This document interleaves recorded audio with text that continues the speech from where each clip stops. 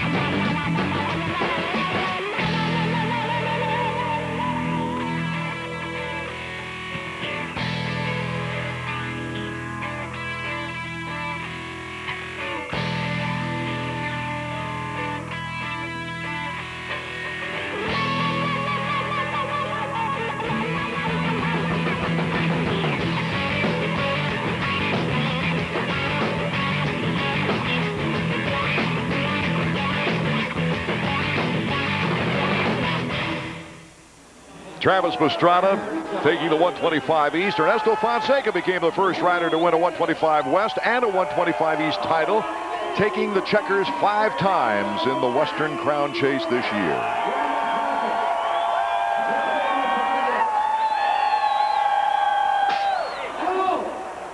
And the West was just as wild as the East, that's for sure.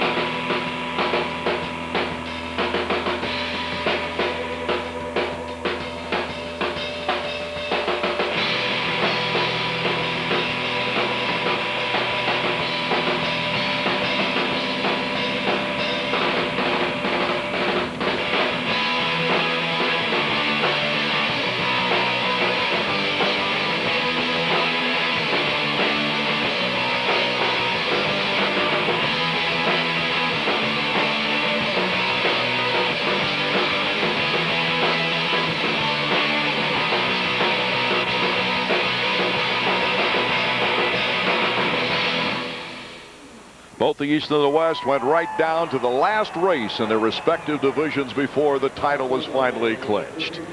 Let's take a look now at the Davy Coombs Sr. East-West shootout here in Las Vegas. And of course, David Coombs so instrumental in developing the younger riders coming out of motocross. Grant Langston, the best time in qualifying. Travis Pastrana, the second choice of gate. Travis Preston and Nathan Ramsey also in our starting lineup, along with Roderick Kane, who's been hot lately on that Suzuki. Michael Brown, it's been a while since he's been racing in the other division, but Ernesto Fonseca won last week at Salt Lake City and took the title there. Kelly Smith, he knows what that KTM is all about. David Pingree riding with very, very sore ribs. Brock Sellards, who's had his season interrupted by corrective forearm surgery. He's had a tough time of it, David. He has, and you know, when you have injuries on top of trying to get used to a new team, you see Nick Way also in the lineup. He's pretty far down the list, but don't let that fool you. He's a strong rider. He's never won a Supercross. This could be the one, but it really comes down to the start. Sellards, though, rebounding pretty good from all the problems he's had. He seems to be getting comfortable with that bike. And one thing I've noticed about that KTM, when this comes down to horsepower, they have it. They talk about that YZ250F four-stroke having an advantage. I think they should be looking at this KTM. There's one right there. Langston lining up to the outside of the starter box. Now, he knows that if he doesn't get ahead of the guys to the inside, he's got a lot of guys pushing him wide in that first corner. He better get a good reaction.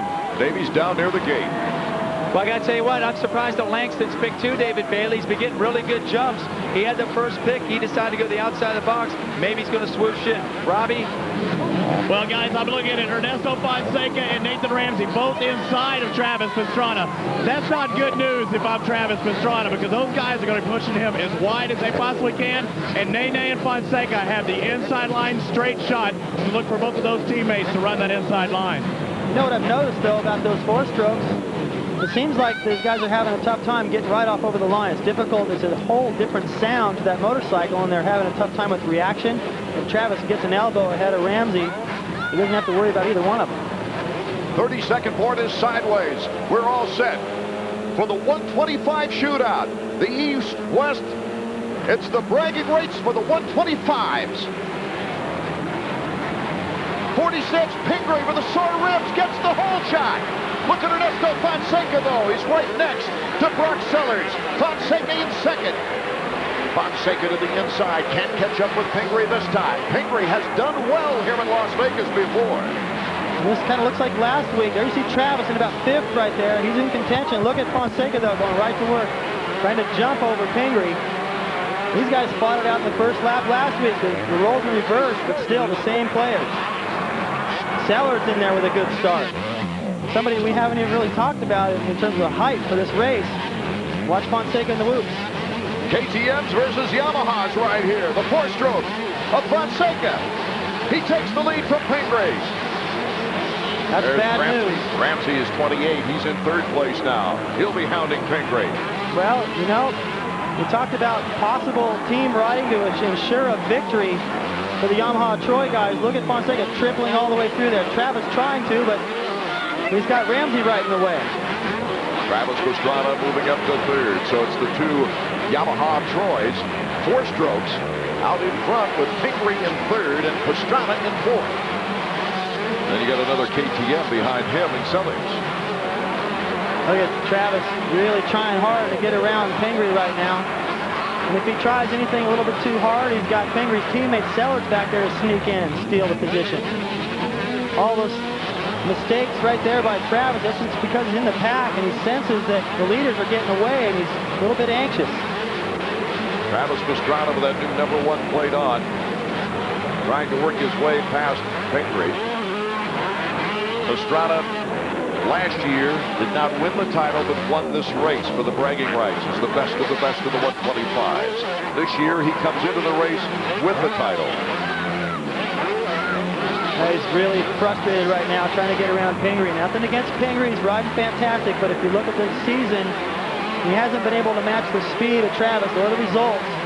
Yet here he is, really impeding the progress of Travis trying to move up. Nothing wrong with that. It's a race, but you can tell that Travis is getting a little frustrated. His timing is a little bit off. He's not able to jump things he'd like to jump. He's losing time right now. Pingree best finish was the opener of the 125 West, a 4th in the first Anaheim race. There he goes. Crowd goes nuts. The crowd is standing on their feet as Pastrana moves up a notch. No matter where he is on the track, people have their eyes on him, that's for sure. And here's Fonseca, the leader, and Ramsey starting to pull up on him, and number 1 is coming on strong, Pastrana. Look at that, tapping that rear brake right there to lower the front end so he can time through there and jump those triples. That's the first lap he's been able to do it. Fonseca has not had a very clean ride, even though he's out in front. Now, he's had a few mistakes. Otherwise, I think he'd be pulling away a little bit more and pulling Ramsey with him. These guys ride together all the time. This must feel like during the week testing when these guys are out just trying to beat each other in lap times, push each other. They're on the same team, but they compete. Travis is gaining a little bit, and the crowd is sensing that it's going to be a three-way duel. Ramsey, Hippity Huffman with that 4-stroke. Travis having a little problem there. And that gave some running room for Fonseca out in front. Now, the last time we were in this situation with Travis behind Ramsey, Ramsey had that wild ride in Detroit and held on. He was able to beat Travis. This is a different deal. Not a lot of pressure. There's no title on the line. If these guys make a mistake and they can't get up there and win, it doesn't matter. It's just money right now and bragging rights going into next season or next week's Outdoor National. And you talk bragging rights, and that's important to Fonseca. Here's Travis Pastrana. He gets by Ramsey. All kinds of rubbing plastic on that move. Ramsey made some mistakes. You see Travis looking over to make sure that Ramsey's still not on the inside to put a block pass right there. Travis goes wide. It's a good run at the whoops, made up a lot of time. Take another look at the rough action as Pastrana had to move him away. Well, Travis takes a good line right there. It's a little bit different timing than what he's been doing. He caught Ramsey off guard right there. Really snuck in. There wasn't much room. Another look at another angle. Look at that. There wasn't much room at all. I mean, he just threaded the needle right there between those tough blocks and Ramsey. And now he's chasing after this guy. So this is what we really wanted to see. Both number 1 guys that each won 5 races. I think it comes down to who makes the fewest mistakes and possibly the last 5 laps, these 2 lappers, who's the strongest and the least rattled by the nervousness of what's at stake here. It's not, like I said, for a championship, but it still means a lot. These guys want to beat each other bad. You mentioned both riders with 5 wins. Well, both riders have made key mistakes throughout the year. For instance, at Atlanta, Pastrana's 14th place. Langston, his bike is running slow. He went down in the whoops. I think he's going to pull off. He's rolling over the finish line jump. Now watch Fonseca. Triple, triple again, and then finally into the corner. He's only able to double right there. If Travis jumps it, he didn't. So he doesn't make up any time right there. This comes down to, like I said, the fewest mistakes. These guys got to be solid. He's got to make good decisions when he gets to the lap rider. If he gets, you hear these guys all the time, well, you know, I was fouled up a little bit there by a lap rider. That allowed the guy to catch me. Then I got nervous. You can't afford that right now. Not against a guy like Travis, who is dangerous. Not making up much time, though, Art. I thought he would close the gap. There you see the gap, almost the whole loop section. That's the way it's been. And Ramsey hasn't let Travis off the hook yet. He's trying to get back in this fight. 3.25 seconds behind. Travis Pastrana is behind Fonseca. Fonseca's really geared his whole season mentally and physically, I think, for the shootout rather than the title. Yes, the title was very, very important to Yamaha of Troy and to Ernesto Fonseca. But if you look at his conditioning program, he wanted that matchup with Pastrana. Well, I actually know exactly what he's done coming into this race because his trainer, Todd Jacobs, is my best friend and also helped me get ready for the Ironman competition for the last few years. In fact, kind of encouraged me to do it in the first place. So I know he is fit. He's not expecting to go out there and run away from Travis. He's actually welcoming the idea that this would be a toe-to-toe battle all the way. He's prepared for that. That's the race you really want to win. I mean, think about the battle that I had with Rick Johnson back in 1986. They still talk about that. Narrowing the gap a little bit, 3.06 seconds between Fonseca and Pastrana. Ramsey in 3rd, Sellers in 4th, Pingree in 5th, Payne in 6th, Preston in 7th, Johnson in 8th. Let's go to Robbie. Grant Langston, unfortunately, had to pull off the track. What happened out there? They were telling you to ride easy, and you were working your way up. Yeah, I mean, I was coming through pretty good. I didn't get the greatest of start, and I don't know, I just came in the whoops, and I was trying to make a pass because it's one of the easier places to pass to get right. and towards the end of the whoops, so there's kind of a nose drop. I went over the bars. Everything all right? You still have the outdoor series starting next weekend. Yeah, I'm all right. It's just a bit unfortunate, but that's the way Supercross goes. Congratulations on your win at Dallas. So I know you spoke about that. I wish you better luck tonight, though. Thank you. Fonseca through the whoops. Here comes Travis Pastrana trying to get around the lapper, but right behind him as well is Nathan Ramsey. I was paying so much attention to the progress that Pastrana made. Watch the difference in lines. Fonseca goes way wide, Travis to the inside. Now, if Fonseca's going to go out there, he's got to triple all the way through the section to get that time back. All 39,000 fans, I think, are on their feet. Most of them I can see anyway. They're loving this competition. I was so busy looking at this battle. That's the second lap in a row. Travis hasn't done that triple, and look what's happened. Ramsey picking up space. He's back in there, and if he can stick a wheel in on Travis here and there and force Travis to have to take lines that aren't quite as fast to protect his position, then that lets Fonseca get a little room out front, not worry about all the pressure from behind. He can feel it right now. Ramsey won the shootout in '99. He had to go to the last chance qualifier. Two riders fell down before he actually made the main event. But luck was on his side. He later won the race. Pastrana in second place. Focus, Lee McCullough says to Travis Pastrana. Well, it's getting down. We're about 3/4 of the way through this race. Fitness will play a major role. You see Travis makes a big mistake right there.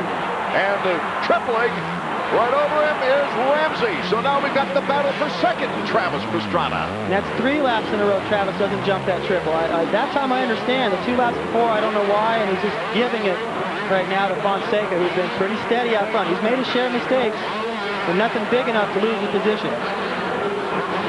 He may not be in the clear from his teammate. Ramsey wants this just as bad. Another look and a costly mistake. Travis working his way through this rhythm section right here. See Fonseca out front having no problem, but Travis just comes up a little bit short right there. He was leaned to the left, lost his balance. Luckily, he didn't swerve in front of Ramsey, who was committed right there. Watch Fonseca, see if he can. No, he makes a mistake. So he can't get the timing. Neither can Ramsey. Travis is jumping them all. Look at Travis sneak into the picture. Made up a lot of time. Three-way battle, I have a feeling, coming down for first place. We're on the 11th lap. 15 laps in our 125 Dave Coombs Senior Shootout. Well, I'll tell you, if I'm Eric Kehoe, the team manager of this Yamaha Troy team, or Phil Alderson, I'm nervous. You don't want to let Pastrana sneak through there and steal these guys' thunder again. And you don't want to put your teammate down. That's happened to Yamaha Troy before. It happened when Buckaloo, I think, was battling in the mix. Here's Ramsey. Oh, that wasn't a teammate. Yeah, that didn't look like team orders to me. That looked like, I don't care about team orders. I want this guy. A good move, real heads up. Here comes Ramsey. Ramsey takes over the lead. Oh, what a gutsy move by Nathan Ramsey. He wants this one bad. Here comes Pastrana. Pastrana's going to assault now Fonseca. Well, I'll tell you, this is all heart. Just sheer how bad he, look at Travis. He cased it hard. It looks like he rung his bell a little bit. There's no way he's going to get back in this fight now. There's not enough time left. He really rattled himself. But which four-stroke now is going to take this victory? We still have a lot of laps to go. I can just hear it now, can't you, Art? Just how much that four-stroke has an advantage over the rest of the 125. Oh, Fonseca having trouble in the whoops. Cuts behind the tough block by 4. He's looking back, doesn't see Travis, and that may be a blessing for him. He didn't realize that Travis was out of the picture until he looked back right there. Now he can pressure-free go back and try to get this win from his teammate. Tell me about Travis's problems now, David. Well, he came up, I was looking at the front 2 riders, and watch Travis to the right. Pulls the front up really high, knowing that he didn't have enough distance. Boy, he hit hard. Now watch Fonseca. He's running pretty close to the edge of the track. If you make a mistake, you have nowhere to go. Can't believe he saved that. Look at the flagger. Whoa! Hello! He almost got hit. That's balance. To be able to save that. He's over there. He can't. There's big dirt clods and sand. It's really tough to read the traction over there. And now Ramsey really struggling through there. This whoop section's getting harder every lap, it seems like. And Fonseca goes down. Fonseca down, and Pastrana moves into second place. So frustration now reigns, as he'll probably have to restart that 4-stroke. Yeah, he will. And it's not easy to restart. You got to have a full stroke kick on that sucker. So now I thought Travis was out of this. This is the great thing about Supercross. You never know. All it takes is one mistake by Ramsey out front, and Travis can have a chance to win this thing after all the mistakes he's made. Nathan Ramsey, despite not winning that 125 East, he's had a great season. 2 wins, Atlanta and Pontiac, 2 second places, a third, 2 fifth places. He's never been out of the top 5. Missed the championship by only 8 points. It just wasn't very spectacular because he had Travis Pastrana out in front of him. Win or lose, creating all kinds of excitement on the track. This has got to be a great feeling for Nathan Ramsey. His second 125 shootout victory. John Mitchell's mechanic is ecstatic, and so are the fans. Some of the fans, I think, are shocked. A champion did not win once again for the second year in a row. And Nathan has done this before. Pastrana in second place. Brock Sellers has moved up to third. So the KTM will be on the podium. The 4-stroke winning 8 of the 16 races in 125 action this year. Yeah, I think they might take a harder look at the rules now. It's not an easy bike to ride. It's the 9th Yamaha Troy win. 6 career wins. Nathan Ramsey is on the podium. Let's go to Davey Combs. Kind of a hectic scene down here, Nathan. Congratulations. Here, let's step back here in the middle. Nathan, I know that you've won this race before, but this time it's got to feel sweet. You beat both champions, Travis Pastrana and Ernesto Fonseca. Yeah, it feels really great. You know, I mean, my heat race went okay. You know, I was a little bit bobbly, and then in the main, I just said, you got to be smooth and be smart. And Paggio from Oakley said, man, you just let the race come to you, you know. So that's what I was doing. I was just out there being patient. Those guys made a couple more mistakes than I did, and I took, you know, I reaped the benefits. We watched Travis. He made some mistakes on the jumps, but Ernesto Fonseca, your teammate, seemed like he was right there with you, and the power, you guys were even. Yeah, Ernie was riding really good. He got off to a really good start, you know, riding strong, and I was trying to keep up with him. I hit neutral once, and, you know, but through the whoops, you know, my Enzo suspension just kind of came through. Ernie's got the same thing, but maybe I just picked a better line, you know. My Dunlop tires were hooking up really good across through there. Good ride, Nathan. Thanks a lot. You know, I just want to thank God for keeping me safe, and all these fans out here that are watching, and everybody at home. I'm just pumped. My family, my little girl, everything's cool. Let's go to Robbie. All right. Well, Travis, a great ride out there, man. You had everything going for you. You're working through the pack. What happened in that left-hand turn?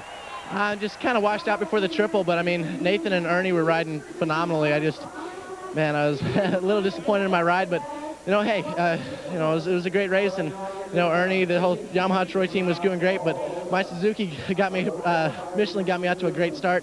I'd just like to thank everyone for tuning in out there. I saw you. You're a little stunned when you come up here on the stage. You're not feeling 110 right now. Try landing 60 mile an hour and going to a dead stop.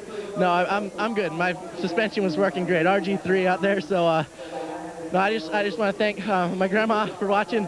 Everybody else, Jim, thank you guys. Hey, this guy's hurt. Don't let him kid you out there, but I guarantee you having fun, Travis? I will be. Yeah, thank you very much, and great ride to everybody. He's always having fun. I'll tell you, he can't be having too much fun there, David Bailey, because he really whacked himself as Nathan Ramsey becomes the first 2-time winner of the Dave Coombs Sr. 125 shootout. Kevin Windham won it in 97. Ricky Carmichael beat John Dowd in 98. Ramsey took it in 99. Pastrana last year, and now Ramsey once again. As we take a look at the official results, Nathan Ramsey, Travis Pastrana, Brock Sellers, a hard-earned effort there for third for Brock. Travis Preston moved all the way up to fourth. Michael Brown came from 10th to go to 5th and get into that top 5. Nick Way, Keith Johnson, Ernesto Fonseca, the disappointing 8th place finish. Greg Schnell, a 2-time winner last year, also on that list, along with Pingree, Gosler, Marley, Yeho, Olhoff. As we go down to the rest, Grant Langston, disappointed having to pull out after crashing in the whoop section. You just never know. It just looked like Fonseca, with the way he's ridden this year, being the champion, having the lead like that with his teammate back there, holding things up for Pastrana, that he'd be able to walk away with it, but they reeled him in. He got nervous, perhaps. Maybe he pumped up, made a mistake, went down. Then Travis made his mistakes, and you know, I said the guy that was going to be able to hold that pace late and make the fewest mistakes should come out on top. And boy, everybody overlooked Ramsey, that's for sure. He came out Real good. And, you know, Travis, did you see, as soon as he pulled off the track, everybody, his mechanic, they all were looking at him like, are you okay? That was a hard landing, and you can tell from his mannerisms with Robbie there that he's not all together. Let's go trackside to Robbie Floyd. Well, I'm down here with Brock Sellers. Brock, congratulations, third plate finish. You had that, you know, off season or during the season arm surgery trying to get rid of that arm pump. You said it was a mistake at the time, but evidently it paid off dividends tonight. Yeah, I had it done at the beginning of the season with not much time to get ready, and I got too anxious, started riding too soon, and ended up going bad for me. I got a lot of scar tissue. So I went back to my buddy Dr. Berg, and he redid my arms and did a great job. I don't get, you know, any arm pump right now, and I feel great out there. It's just sad that I had to waste most of the season, you know. You had a great ride last year, man. A lot of fans were rooting for you, and it's good to see you back up here in the top 3. Yeah, it feels great. My Red Bull KTM Thor bike was working awesome out there. Michelin tires got me out of the gate. You know, all my sponsors out there that helped me out, my family for supporting me, and, you know, just hanging out and hoping that I recover from this arm pump thing, and, you know, I am. And I've only got to ride once since I had the surgery on Supercross, and I came straight to here, and, you know, to get a third is pretty spectacular, I think, for not ever, you know, practicing in a long time. Congratulations. Thanks a lot. Appreciate it. Well, Ramsey surprises in the 125s. Will someone stop the streak of Ricky Carmichael as Jeremy McGrath and Ricky Carmichael right next to each other wait their turn at the starting gate? Ricky Carmichael has been hot. He's got 12 straight. He's looking to tie McGrath's 13 in a row. Las Vegas has been a racetrack where every winner in Las Vegas, with the exception of Jeremy McGrath, has won either their first Supercross or their last of their career. This is an amazing fact to me. Jeff Matazovich winning the very first 250 race here in 1990. That was his first win. Mike LaRocco's first win. Bale and Stanton. Bale won 16 Supercross races, Stanton 17, and it was their last win in their career, David Bailey, here at Las Vegas. We've already mentioned with Jeff Emig, his first win here, and Doug Henry won the first 250 race with a 4-stroke, but it was his final Supercross win of his career. Now, Jeremy McGrath does have one first place here in Las Vegas. His very first professional win was on a 125. Well, not on a Honda, not on a Yamaha, but a Kawasaki. He's piled up a few victories since then, and you know, after what we just saw in the 125, you never know. I mean, the favorite coming in here has got to be Ricky Carmichael, but his heat race was a second slower than Jeremy's. He was a 1/10 of a second slower on the fastest lap. That doesn't mean that much, but it's been the other way around all year coming into this race. So Jeremy is obviously ready, and he doesn't want to lose that record right now to Carmichael. That's Nathan's lovely wife as she's looking up there on the victory podium. Let's check out the Honda flashback.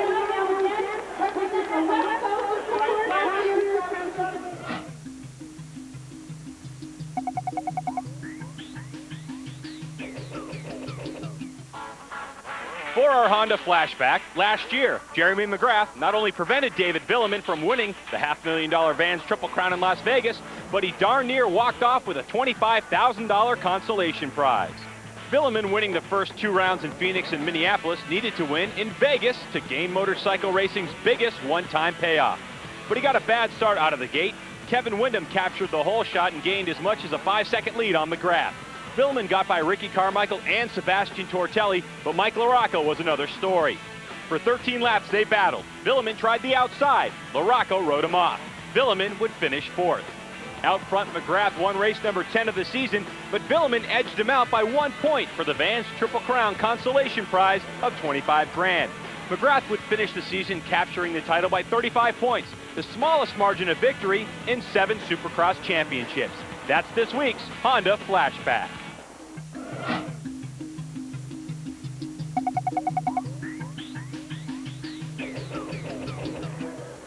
And as the riders take their sight lap here on this track in Las Vegas, Nevada, that 25 grand is still up for grabs this year. We've got McGrath winning the first round of the Vans Triple Crown, and RC, Ricky Carmichael, taking the second round. Well, there's no more 500 grand. It's something to think about, though. Remember last year, Vuillemin coming into this thing. Everybody we talked to, especially Windham, who Vuillemin had put a pretty aggressive pass on the week before in Chicago. Everybody, especially LaRocco, was trying to keep Vuillemin there. Oh, that's Ferry. Trying to keep him from getting that $500,000. And I think there's going to be some guys that really would like to stop Carmichael from getting that streak, especially McGrath. But, you know, he's hogged all the race wins this year. Everybody's wanting to get in there. I'm impressed with Vuillemin. He could do it. Windham could do it. There's quite a few guys, and you can see how important the start is. Let's take a look at the starting lineup and the riders that made it to the main event. Of course, Jeremy McGrath. He had the best qualifying time, better than Ricky Carmichael's. Mike LaRocco, Stephane Roncada. His fellow Frenchman, David Vuillemin, also with an impressive ride in qualifying. Kevin Windham, Sebastien Tortelli will have our helmet cam on throughout the race. Heath Voss on that 4-stroke. Ferry, Byrne, McCormick, Kyle Lewis, Gonzalez, Waugh out of Canada, Pavoni, Michael Craig, Hoffmaster, Hodges, Huffman, and Jason Thomas. That's quite a lineup for the final race of the EA Sports Supercross season. All right, we're in Vegas. Okay, I'll put $100 on Voss for the whole shot. He was the first one out here for this warm-up lap. He was the first guy out. He's been the first one on the track every time it's their turn to ride.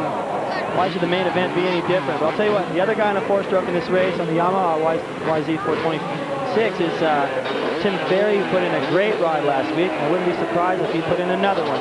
It was the U.S. Open last year that many thought started this trip for Ricky Carmichael, number 4, into his great season in the 250s in Supercross.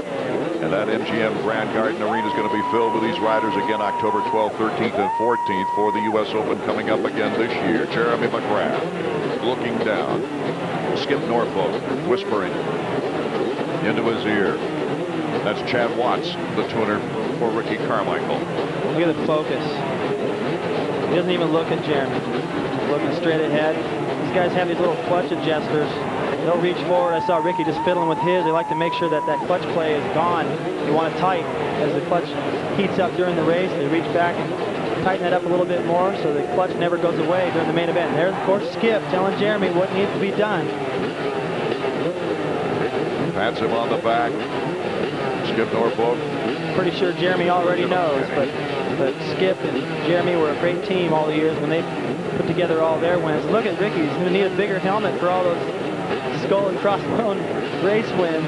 He won the 125 here in '98. Had an awful experience in '99 where he came in 19th. He crashed and then got hit going back to his bike. Remember that, Dave? No, I don't even like to think about it. He just was in such a hurry to get back to the bike, thought he was still in contention, didn't realize guys were still coming. That's an ugly highlight from Ricky's growing pains in this 250 class. But how's this? Perfect.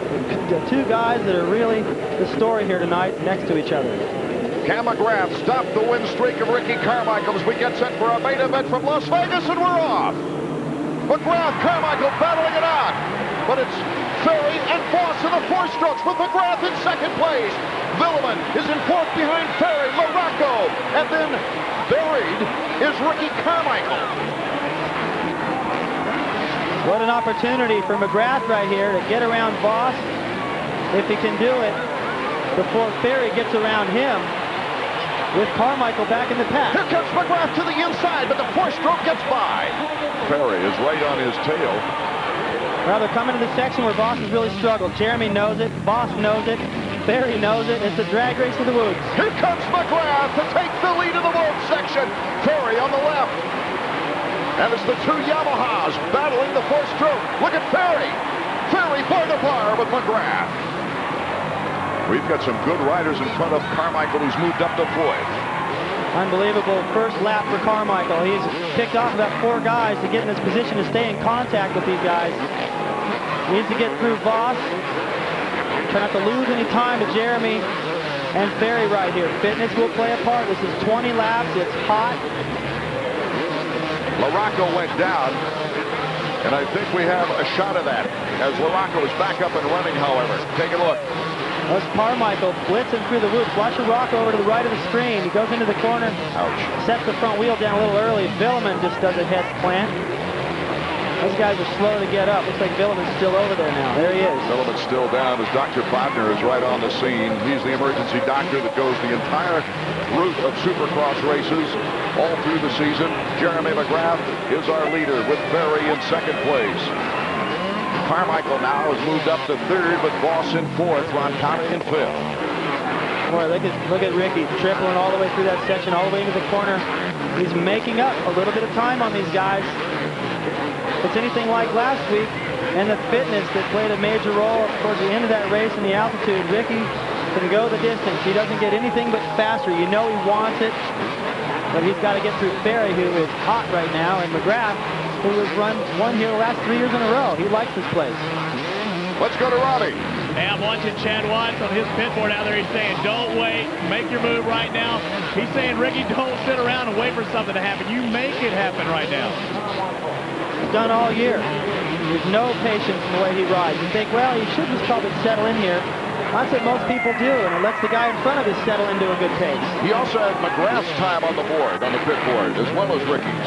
These guys got a good plan over there. They probably go over what needs to be put on that board, but most of the time the mechanic just makes it up as the race unfolds. But they have a plan, and they stick to it. It's worked so far. Look at the ground he's making up. Here comes Carmichael. Carmichael's trying to make a move on Ferry already. Carmichael, who's not leading yet, but he's led 205 of the 240 laps of the season during his win streak. Ferry looking back to see where Carmichael is. We're only 3 or 4 laps into this race, and we've got a 3-way battle for first. In the whoops, Carmichael, can he make the move on Ferry? No. Last week it was actually Ferry who was a little stronger through the whoops than Carmichael. Ferry trying to take the line away, but here comes Carmichael to the inside. He gets a squeeze from the 15 on the 4-stroke, and Ferry has to go back to 3rd as Carmichael has taken over 2nd place. They're on the 5th lap. You think Carmichael's messing around? Nope. That's what it takes. That's how bad he wants to win. He doesn't care what Ferry thinks of that pass. It's done, and he's got McGrath next, and he's closing. Ricky Carmichael in 2nd place. Look at that. Perfect. Carmichael just slides through that corner, back on the power, not really squared away. It doesn't matter. He's on the power. He's got to be to catch Jeremy. Wheelies all the way off the backside of that jump through the whoops. Guys have been getting away with so much with this aggressive style that now it's just become the norm. And Jeremy has a tough time trying to ride like that. He's got to just ride as smooth as he can, make as few mistakes as he can, and that's the best he can do. And if it's not good enough, well, Carmichael's just better. He's got to accept that. I don't think he wants to here. Only twice before in Supercross history has a rider landed on the podium every race. Well, Ricky Carmichael has been on a podium every race so far. This is where Ricky's got to be patient, Art. You know, it was such a struggle to get to the 2nd place position. You know, go up in the air right there, take a deep breath. Try to relax, get that heart rate back down a little bit, and then go after Jeremy. Relax, fans. We still have 15 laps to go. Oh. Slides out. The crowd comes alive. Ricky Carmichael takes advantage of it. That's the kind of pressure Jeremy's been putting on everybody else for years. He just forces you to worry. Next thing you know, you're making uncharacteristic mistakes, unforced errors, killing everyone. 49.2. Watch Jeremy, he gets into the corner, he knows that Ricky's coming, he tries to get on the gas a little bit early. And Ricky just had here in Las Vegas, boy, you can slip and slide on it. Nothing Jeremy could do about that. He wanted to try to come back in that next left, get to the inside, Ricky had it covered. Now Jeremy has a great opportunity to study Ricky, put the pressure on him. Already, though, Carmichael was starting to pull a lead. As they exit the whoops. Last lap, 52.1 to 49.7 for Carmichael. It's just whatever Carmichael needs to do to get in the lead is what he does. Reminds me of that movie, The Natural, when Robert Duvall was talking about Redford going, you know, whatever he wants to do, he does. You know, and that's what Carmichael's been able to do this year. He's going, okay, I need to turn the fastest lap of the night, maybe 2 or 3, in order to get in this lead or pull away and just break everyone's spirit. And he does it. It's hard to do. Jeremy is going as fast as he can. Probably the greatest Supercross rider of all time, and he cannot match the pace. Ricky Carmichael putting the bar up a little higher.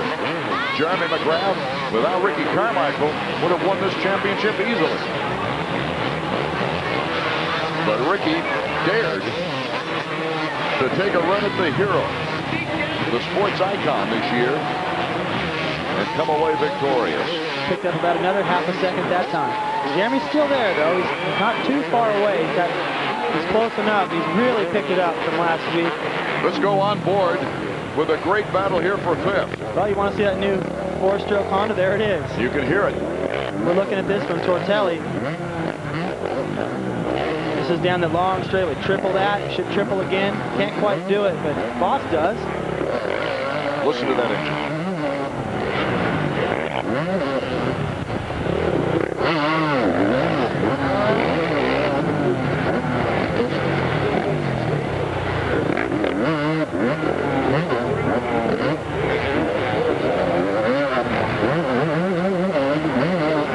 Tortelli's bike, but we're hearing Voss's bike. Yeah, that thing's pretty intimidating, so you can imagine what it would be like for Jeremy if he starts to make any mistakes later in the race. He'll have Ferry coming up. Sounds the same.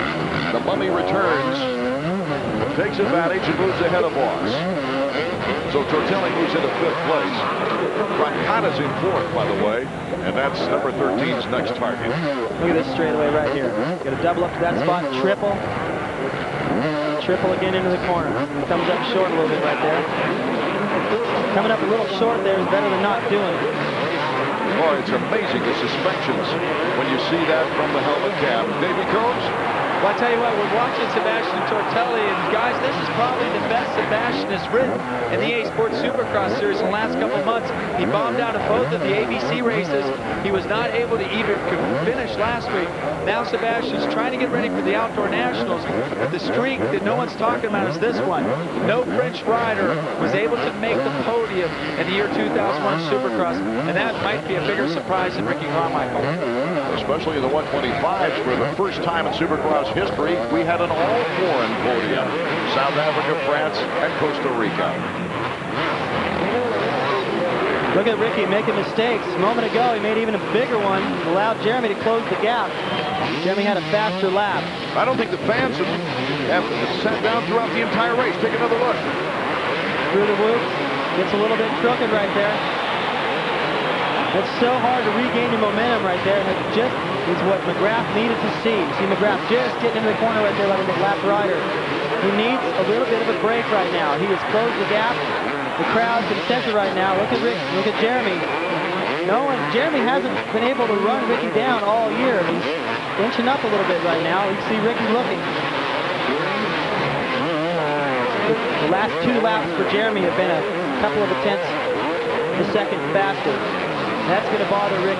He's not used to having somebody run him down. That could force him to ride a little bit over the zone that doesn't look comfortable to me, but apparently it's comfortable to him. Everybody believes that you got to pressure him to make a mistake, but most of his mistakes have been made in qualifying or practices. Heath Voss is out of the race. The Honda 4-stroke is going back to the pits. Hard to say why. It looks like Heath was doing fine. Started good. I think that bike probably needed a little bit more time on a Supercross track to get things dialed in. This thing's pretty fast outdoors. We'll find that out next week. So Carmichael successfully knifing through the lappers. Huffman, Papoli, as Jeremy McGrath also making his way. That's Papoli on the Honda. Good Ricky, letting that back end dance around. That last lap, a few tenths faster than Jeremy, so the time he lost with the mistake through the whoop, here they go again. He made back up. That'll discourage Jeremy. Look at Ricky just hanging on to that thing, wide open through that corner. He wants this so bad. He doesn't want to let Jeremy get any kind of confidence going. If he starts to lose time, and Jeremy can sense that, the momentum will shift a little bit. Ricky wants to immediately reestablish the big gap he had before the mistake. Try to crush Jeremy. Cam McGrath picked up 3.0 seconds in 7 laps. Oh, it can happen in a corner, through the whoops. A bad decision with a lap rider, a little bit of bad luck. I tell you, I got to hand it to McGrath. He's pouring it on. He's not giving up. This is the best he's ridden in the last 5 or 6 rounds. I think it's the best he's ridden since Houston when he took the 2nd place there. Here's McGrath through the woods. Looks good. That was a little faster through there than Ricky. See that flag waving? That's to let the lap riders know, get out of the way, leaders are coming. 50.7. The exact same lap time as Carmichael. And Carmichael makes another mistake. 6 laps to go. Here comes Jeremy McGrath and the crowd once again onto their feet. Incredible, 39,000 fans are going bananas as McGrath has got a shot down at Ricky Carmichael. It's going to be up to McGrath. It looks like if he's going to be able to stop the streak of Ricky Carmichael, stopping from tying his own marks. Right when Jeremy had an opportunity to get close, he kind of blew the section to the approach to the triple there. Gave some time back. And look at Ricky, just pinning it through the roof. He wants it so bad. He doesn't want Jeremy to get even close enough to where there's hope. He's already won the title. 5 laps. Stay tough, says Chad Watts. That's all that's left on the season. 5 more laps. Less than 5 minutes. Dig. His contract is up with Kawasaki. Jeremy cases that right there. You can see him actually when he went between the last two, kind of little motion there with his head going, man, he's right there. He knows he gave up about a half a second. It's rumored in about a week we'll know about the Honda contract offer, whether RC has signed it or not. Rumored to be between $1 and $2 million a year for 3 years. And a lot on the line. Jeremy McGrath. Oh, he made up a lot of time to the roof that lap. See Brooks over there, the team manager for Jeremy's team. Come on, you can do it. Pressure this guy. Make him worry about you. Make another mistake. I don't know if Ricky's going to make any more. I think he's given Jeremy all the opportunities he's going to get. McGrath, 6/100ths of a second slower than Carmichael on that last lap. Looks like Jeremy's making a little bit too sharp of a pivot in most of these bowl corners where Ricky's kind of swinging all the way around to the outside, maintaining his momentum. Then when he gets on the power, he's already got a little bit more momentum. So it's not as radical of an acceleration change, so he doesn't get as much wheel spin. See, Jeremy tries to cut it real tight. Ricky rolls around there in a bigger arc. He's maintaining more momentum. Boy, look at that. McGrath is not giving up at all. He's giving it his all through the loop. Boy, you can see this right there.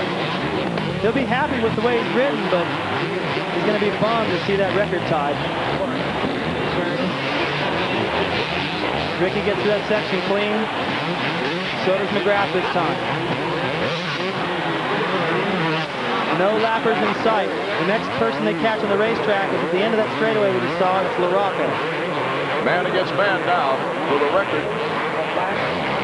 Ricky Carmichael has had one more race than Jeremy McGrath had when he set the record. Finally, through that corner, approaches the triple. Jeremy gets through there good. And it was Ricky that bobbled a little bit. And Jeremy's got that roof section dialed. If he can get close enough, that could be a drag race through there. 2 laps he puts on the pit board. That was a 50-second, pretty much 50-second flat. Jeremy 49.9. These guys are pushing as hard as they can. They're not even tired. What's that mean? It doesn't matter. Just give it everything you've got. Jeremy's letting it all hang out now. Carmichael cannot afford a mistake.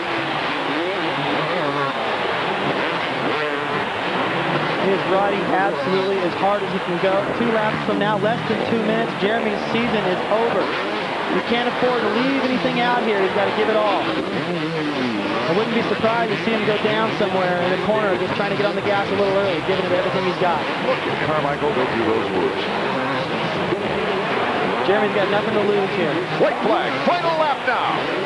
Ricky Carmichael on the verge of tying Jeremy McGrath's consecutive win streak, as well as total wins during a season. The fans are on their feet cheering.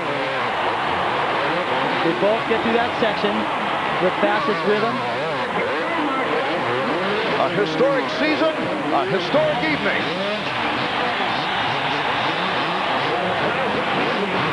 Boy, the pressure Carmichael must feel right now. So much at stake for him. He wants this so bad, Arctic. A second, oh, look at the front wheel, almost washing out. If he was second right here, he'd want to put his fist through the wall. So would Jeremy, he wants it just as bad. Carmichael looking for his 15th win. His 14th on the season. The checkers for Ricky Carmichael. History is tied. He ties McGrath's seasonal records, 13 straight, 14 total wins. Look at these guys join. Total respect. McGrath has to be proud of his appearance and performance. As Ricky Carmichael, you know, he's a happy young man. Tying a record I thought wouldn't be broken for 10, 15 years. No, and just to go ahead and fast forward a little bit, that 72 win mark, the way Ricky's riding, he'll climb pretty close to that here in a few years. So the one thing is longevity, endurance over a period of time. 72 wins for McGrath in what, 9-10 seasons. Yeah, staying healthy is a big key. And when you look at the way Ricky rides, you know, you got to cross your fingers a little bit more than the way that Jeremy was riding during all those championships. But he's proved us wrong. Every week I keep seeing a new challenge. Last week, crashing in practice, had a headache. Thought, okay, here's an opportunity for somebody to slip in there and stop this streak. And he still came back and fought through. He didn't just get the whole shot. He had to fight for it. Here again. You know, in the NBA, they talk about leaving the game on the court. Well, these guys left it on the track. Oh, they did. Jeremy's got to know that he gave it everything he had. He had all the opportunities. And, you know, it's just Carmichael's year. Everything just seems to fall his way. Not that he hasn't earned it, but, you know, when you get that rhythm. I mean, Jeremy's talked to us so many times because I know how that is and how that feels. And I think it's a little bit easier for him to accept knowing that, well, when you get on a roll like that, it just seems to do no wrong. It took almost a religious effort from Ricky Carmichael to get where he's got right now because the training, the regimen he had to go through every week. And McGrath, look at the fans standing for Jeremy McGrath. A great tribute to a great former champion. He's taking a little extra time here, appreciating all the support he's had over the years. I mean, he's probably surprised that we've all been so pro-Jeremy over all these years. I mean, all the times he's won, yet we still just kind of wanted to see him win another one instead of trying to root for somebody to come up and beat him. Finally, somebody has. Ricky's with Davey Combs. Ricky, they say that the sports record is an athlete's immortality, and right now you share the biggest record in Supercross with Jeremy McGrath.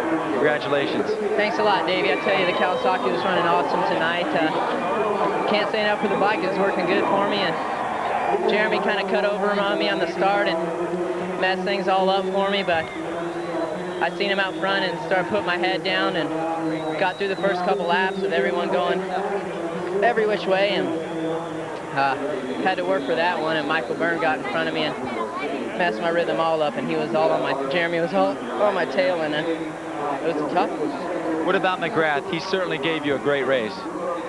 Definitely, Jeremy's a true champion, and but I came out on top that time. It was a fun race, and would have been a little funner if I wouldn't have had some chaos with the lappers, but that's the way it goes. Got to thank Chevy Trucks, Kawasaki, Aeronautique, Schwinn, Oakley, Fox, you know, my mom and dad, my trainer, Eldon Baker, mechanic Chad Watts for an awesome awesome season, and Mobile Vision. Ricky, congratulations on an amazing season in the new champ. All right, thanks. Also, Gatorade, THQ, Jack Pacific. Thank you. Let's go back upstairs. That's as exhausted as I've seen Ricky Carmichael after a race as Jeremy McGrath pushed him to maybe the limit here tonight. McGrath, though, failed to make that mistake that Carmichael failed to make the mistake that McGrath was hoping for in putting that pressure on. McGrath in second to Ricky Carmichael, who ties Jeremy's records. Tim Ferry, a hard-earned third place. Roncada in fourth. Tortelli up to fifth, his second best performance of the year. Maybe ought to wear that helmet cam more often. Windham in sixth. Mike LaRocco, after going down, came back in seventh place. Byrne, Lewis, and Waugh round out the top 10. Let's go down to Robbie. I'm down here with Jeremy McGrath. Jeremy, it looked like the perfect scenario. You had a great start. You shut the door big time, and you're out in front. Yeah, I mean, my Mazda Yamaha put me right out in front, and that's what I was looking to do. I got to thank Yamaha, you know, and Mazda Yamaha. We made some big changes to the bike this week, and it was definitely a lot better. And got to thank those guys, Skip and Larry and Brian, for putting in some hard work. And, you know, we got that bike right out in front, and I think I had a little bit of bad line in the whoops and was making some mistakes there. And RC got on me. I slid out before the finish line, and he got right around me, and then he almost gave it back to me over here. Even though when you were out in front, Skip was trying to get you to run 48 lap times. Chad, on the other hand, was wanting Ricky to run 49s out there. Was everybody almost asking a little bit too much of you tonight? Well, you know, we're kind of trying to take it in stepping stones. The last few races have been kind of bad for me and been struggling a lot. You know, I had to take in baby steps. Of course, my goal was to win tonight and put the bike on the top of the podium and at least keep Ricky from that, you know, tying my record. But, you know, I'm really happy with my ride tonight. I wasn't far behind him at the finish line. I think with that one little mistake, it had been a little bit tighter race. Congratulations, Jeremy, on second place. You're still the king in my book. Down to Davey. Back over here with Tim Ferry. Tim, these have been the 2 best weeks of your 250 Supercross career. Another podium finish and a tough one at that. Yeah, you know, it's pretty hot here in Vegas, and, you know, I got that whole shot award. You know, the Yamaha 426 is, you know, like you said, it's good on the hard, slick tracks, and they were good tonight. You know, I didn't quite have the speed that I did last weekend, and, you know, I kind of knew that I just had to, you know, settle to my pace that I could comfortably ride, you know, not make any mistakes. You have to be satisfied by ending the season like this. I mean, earlier in the year, it seemed like you're having some problems with some starts, some bad luck, but now you rounded out. You're on the podium twice. Yeah, I mean, I got a lot of top fives, and you know, my goal coming into the season was to finish top 5 every weekend and get on the podium as many times as I could. And you know, it's pretty cool the last couple races getting on the podium. I'm totally pumped. You know, I got to give all the credit to Yamaha, my mechanic BK. Everybody's worked really hard this off season, and got to thank some of my sponsors: Fly Helmets, Fox Gear, Smith Goggles, Garnet Boots, Etney Shoes. Like my mom and dad are out there, my brother, my sister. They're watching on pay-per-view, and I say to all my friends and the Deans at home. Good job, Tim. Thanks a lot. Boy, what a great way to finish the season as we look at downtown Las Vegas this evening, checking out the final points page of the season. Carmichael by 64 over McGrath. LaRocco nailing down third once again. Windham moving in front of Lusk up to 4th place with Lusk rounding out the top 5. Ferry hanging in 6th. Vuillemin coming back to place 7th in the points. What a courageous effort really for Dave Vuillemin, and we hope he's okay after a bad crash here this evening. Byrne, the top privateer, in 9th place in the top 10. Let's go back to Robbie Floyd. I'm down here with a very, very happy man, Chad Watts. Hey, Chad, I think he's trying to help you out. You don't have to change number plates hardly at all. You throw that number 1 on next year, and you can keep it. Yeah, it would be, but actually we're going to run number 4. But that's been good luck to us, so by our numbering system, we can keep running, so we're going to roll with that. Oh, man, that's kind of weird. Everybody else says, hey, you're champion, you need to be number 1. You're trying to set the trend, huh? Not necessarily. I mean, by act of nature and good luck with this number, we've had good success. So we're just going to, like I say, stay with it and see if it's true. What's it been like during the week with Ricky out there? Has he been nervous? Any different? Could you tell? Well, actually, I was out preparing stuff for this week, and he was testing outdoor stuff. But he was low-key. I mean, the pressure, 90% was off when he won the championship. And then this record came upon us, and if something that happened, it happened. If it didn't, it didn't. And as far as him, he was as mellow as could be. Hey, your name goes in the record books as the tuner. Congratulations. Down to Davey. Thanks, Robbie. I'm with Skip Norfolk. And Skip, Ricky Carmichael's mechanic just said that they're not going to use that number 1 plate. They're going to leave it with you guys. I wouldn't do that. I'd be bolting that thing on if I was them. But no, Ricky had a great season. Those guys leaped the pace up. And we got our work cut out, but we're going to start tomorrow morning. So when you came back this year, it was after a long hiatus. You had won the 4 championships with Jeremy from 93 to 96. Came back, maybe that was going to be a shot in a different direction. Are you satisfied with the way the year came out? I mean, were you glad to be back in the mechanics area? No, I really enjoyed being back. I mean, ultimately finished in 2nd. We did have a good season, but it could have been a little bit better. And, I mean, our goal was to win the championship, and we came up a little bit short. We're definitely motivated, and we're going to get to work early, go out, and it's on loan, hopefully. Are we going to see you back behind a desk at No Fear, or are we going to see you back spinning the wrenches with Jeremy in 2002? No, we'll be back in 2002 spinning wrenches.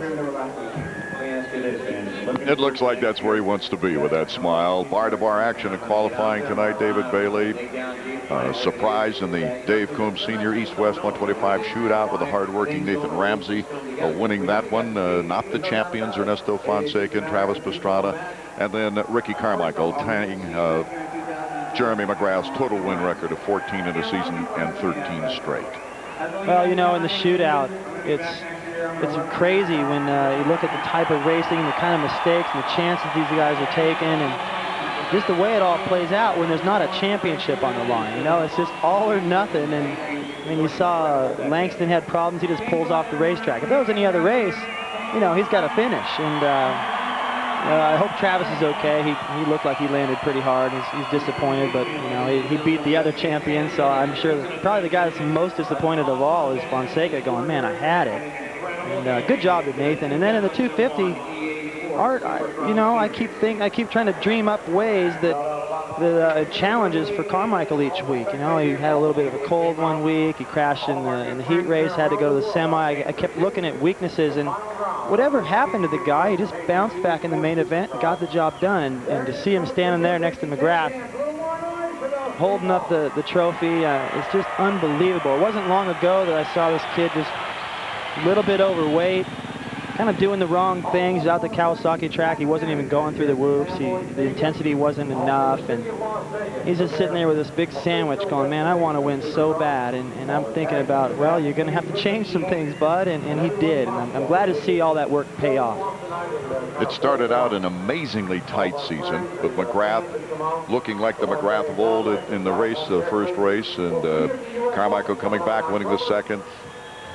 McGrath, the third winner, back to Ricky, back and forth, but it was Anaheim 3 that we really saw the icing on the cake, really, for Ricky Carmichael as he came back from a 9th place start and won that race, and then just shot from there into the championship.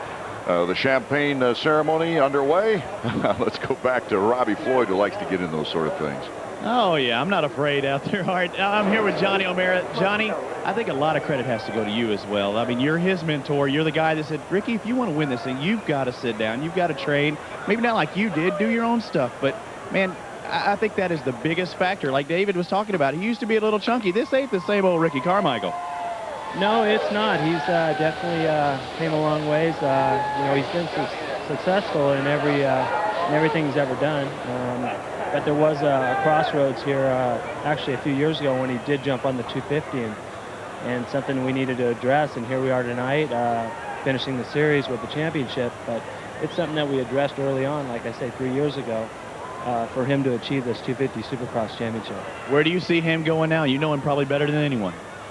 I want a prediction. I want to put you on the spot, Johnny. Come on now. It's unreal. It's really scary to even think about. I mean, Ricky can get better. I know it's hard maybe to say that or from what everyone sees, but he's just scratching the surface. It's amazing. I know what he puts in. I know what the future, you know, what his game plan is, and he's just going to get better and better. Well, David, I'm going to throw it back to you, and I know you know how hard Johnny trained when he was battling with you out there, and I think a little bit of that rubbed off on RC.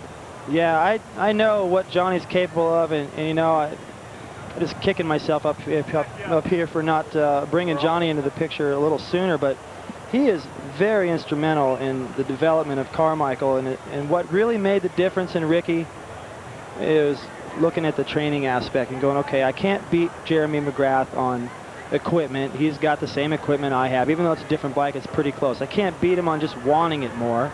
I can't beat him on riding talent. I've got to beat him with the physical side, and he saw a weakness in Jeremy. Jeremy for years was able to just rely on this incredible skill and get the job done, and Ricky's like, let me cover all these bases and throw in this incredible toughness. He changed his body, and that really, I think, made his competitors nervous. They're looking over at abs that, you know, people are washing clothes on Ricky's stomach now. You know, there used to be rolls, and it really intimidated everyone, and it gave him the resolve whenever he needed a dig to come up with the win, and Johnny is a big part of that. Well, it's good reason this season that we've just been through to register now at paysupercross.com to have the opportunity to buy tickets for next season's Supercross season. Tickets go on sale August 20th. Paysupercross.com for more information. My question right now, David, is McGrath coming back. Now, he did, after riding the Suzuki and having a 2-win year, only losing to Jeff Emig by 15 points that year. But he came back the next year and put 3 winning seasons together. Does he have it in him to come back next year? I think the potential is there, but he's really got to take a serious look and kind of fast forward and, you know, 3 or 4 races into the series, and if things aren't going that well or like he hopes, you know, is he willing to ride out the rest of the season and put his legacy on the line like that? Because right now, you know, I look at he has the biggest line in the pits still, even though Ricky's had all this success. And if he comes out next year and gets beat again, you know, he's putting a lot on the line, but, you know, anything is possible. He's a little older than Ricky, and if Ricky changes to another team, you know, that's going to be a big adjustment. So he'd be ripe for to overtake next season. Jeremy knows what it takes. He just got a little caught off guard, and once he realized that, you know, Ricky was for real, it was really difficult to just step it up at that point. It was kind of too late. I think he knew that. Skip knew it. Brooks knew it. And those guys are real serious. I mean, when Skip says tomorrow morning we're going to go to work and figure out what it takes to win next year, they will. But Jeremy's going to have to shed some weight. I'm not saying he's overweight now, but if you take equal talent, equal desire, equal motorcycles, and one guy weighs 30 pounds less, well, you know, after 16 races, that guy's going to get the nod. Two veteran observers of Supercross had a lot of work to do tonight down on the floor of the stadium. I'm talking about the stadium announcers, Jamie Little and Terry Boyd. Thanks, sir. What a night it was. First of all, let's talk about the 125 East-West shootout, Terry. Everything was going on out there. The KTM guys are right up front, going down, half of them coming up. Brock Sellers ends up on the podium. Travis Pastrana hitting his head pretty good on his bars. Yeah, there's no doubt about that. Travis came out. He didn't look very good in practice, the first heat of practice and the second round of practice as well. And I think it was the pressure, man. And he's normally a pressure player. He's the guy you want at the free throw line. And the bottom line is tonight he just kept trying to do that triple, and the triple wasn't working for him tonight. You're right, and we kept talking about that. Yet I was noticing other 125s were clearing the triple. So maybe he just couldn't get his rhythm together over there, because I was going to mention it, but right when I did, that's when he cased it and he hit his head on his bars and his head was kind of bobbing around, and then he came right back the next time and tripled it. Well, you know, it was one of those weird nights. It's always weird here in Vegas. You get the heat, you get the wind, you get the dust. It started off a little bit wet, and you know, Travis is still a kid. We forget, man. He's only 17 years old. This is a lot of weight to bear on your shoulders at that age. It really is. And then you have Ernesto Fonseca out there. I mean, the guy got the whole shot. He was in the lead the whole time, and then he goes down in the whoops section. I mean, we're seeing him make the same mistakes all year long. Tough break for his part. But Nathan Ramsey, what a ride for him tonight. Yeah, it's been a season of transition. It couldn't have ended better, in my opinion, for a guy who should have gotten the East Coast title. He didn't win it. It was his to lose after Travis's unfortunate crash in Atlanta. Well, it was good and befitting to see him come and win the East-West shootout. It almost leads us into the 250 story as well. You couldn't have painted a better picture. Jeremy McGrath gets the whole shot. He's exactly where he needs to go. And unfortunately, sometimes momentum and inertia take you to a place in your motorcycle where you just know you're not supposed to go, but there's nothing you can do. He got on the marbles in that hard right-hand turn after the whoops, and he just spun it out, and that opened the door for Ricky Carmichael. Exactly. He spun it out. We've seen that a couple times from Jeremy this year. Ricky gets behind him, puts the pressure on him. He spins his bike out, almost stops. Last week, we saw him stall his bike. Ricky goes by, capitalizes on it. Ricky started out in 6th place. Yeah, and you know, the amazing thing is, it goes all the way down to the wire. Ricky makes the bobble. The good news is we're back here in 4 months for the U.S. Open. That's right, and Ricky, he ties the record for 13 straight. I can't imagine what Jeremy's thinking right now. Awesome end to an awesome season. I'd love to get my tickets right now for the season opener to see if he can continue that win streak. That's right, the U.S. Open coming up in Las Vegas on October 12th, 13th, and 14th right here at the MGM Grand Garden Arena. That'll be a wonderful competition, as Ricky Carmichael took that one again last year. It was something else. The one thing that I really admired was the 125 shootout, and of course the motivating factor. The guy, it was his dream to have that 125 class, was the father of Davey Coombs. And Davey, what fan enjoyment that classification gave us tonight. Yeah, it sure was, and I was kind of surprised to see the winner be Nathan Ramsey. Nathan's a great kid. He's from Tennessee, and as some of you probably know, we do a big race down Tennessee every year. But I want to talk about that number 13, though, that record. Right now it's 13 all. When Jeremy won his 13 races in a row in 1996, he left American Honda at the end of that season. Well, I got to tell you guys, Carmichael's going to leave Kawasaki, and he's going to go to American Honda. I think the difference between this one and that one is Jeremy did it at the last minute on a contract dispute, and plus he wanted to change the pace. With Carmichael, he wants to ride what he feels is the best bike for him. It's not a done deal as I stand here, but it might be as we all wake up tomorrow morning. Robbie? Well, Davey, I don't know. I cannot count out Jeremy McGrath. There's no way I can do it. Just like you said, yeah, he made the switch, but he came back again. Never count out a 7-time Supercross champion, and Jeremy is that guy. He's going to go and do whatever it takes to beat Ricky next year. If it means training, he'll go find Corey Werf. He'll run 5 miles every morning, 5 miles at night. He's going to do whatever it takes. That's the heart of a champion. Just like you saw out here, Ricky Carmichael, he was good tonight, but Jeremy's going to step it up next year. I can guarantee it. That seems to be the majority opinion, David. Well, you know, there'll be so much focus on those guys. Who knows what goes on over the off season? I mean, you know, trying to stay healthy, that's a whole other situation. And we got the motocross outdoors, the Nationals coming up. And it's rumored that Honda offer includes $1 million bonus if Ricky wins the outdoors as well as taking this title this year. Well, that's just unbelievable, the kind of money that's being talked around. Of course, that's a rumor, but Ricky's going to have a lot of wear and tear on him by the time he comes around to the next first Supercross of next year, and Jeremy's going to take all that time to try to get his situation improved. Art Ekman for David Bailey, Davey Coombs, and Robbie Floyd. Thanking also our special guest, Terry Boyd. Valerio Productions in association with ESPN, the worldwide leader in sports. For more, log on to ESPN.com. The prize piece in Barry Halper's priceless collection of sports memorabilia, I always thought, was the shotgun Ty Cobb's mother used to kill.